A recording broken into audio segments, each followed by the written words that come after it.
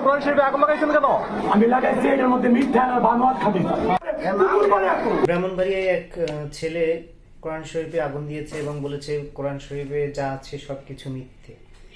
আমি একটা জিনিস বারবার প্রশ্ন আসে মনে, সেটা হলো এত বড় সাহস তারা কিভাবে পায়? যে দেশের মানুষের 90% মানুষ মুসলমান হয়, সে দেশে একজন সাধারণ যুবক কিভাবে সাহস করতে পারে যে কোরআনকে আগুন দেওয়ার মতো কাজ এবং কোরআনের বিরোধিতা করার কাজ, কোরআনের সবকিছু ভুল আছে এমন তথ্য প্রকাশ করতে পারে, অথচ সাধারণ মানুষ সেই অঞ্চলে তাকে এখনো জীবিত রেখেছে? কিভাবে সম্ভব হয় সেটা বলুন। যদি আপনার আল্লাহর প্রতি, কোরআনের প্রতি একটু মায়া মহব্বত থাকতো এই অঞ্চলের মানুষের, তাহলে ওই ছেলের এতক্ষণ জীবিত থাকার কথা ছিল না। ওকে গণপিটুনি দিয়ে মারার কথা ছিল, অথচ সেখানে সে এখনো জীবিত এবং তাকে পুলিশের হাতে তুলে দেওয়া হচ্ছে। কি বলা হচ্ছে? যে আইন নিজের হাতে তুলে নিব না।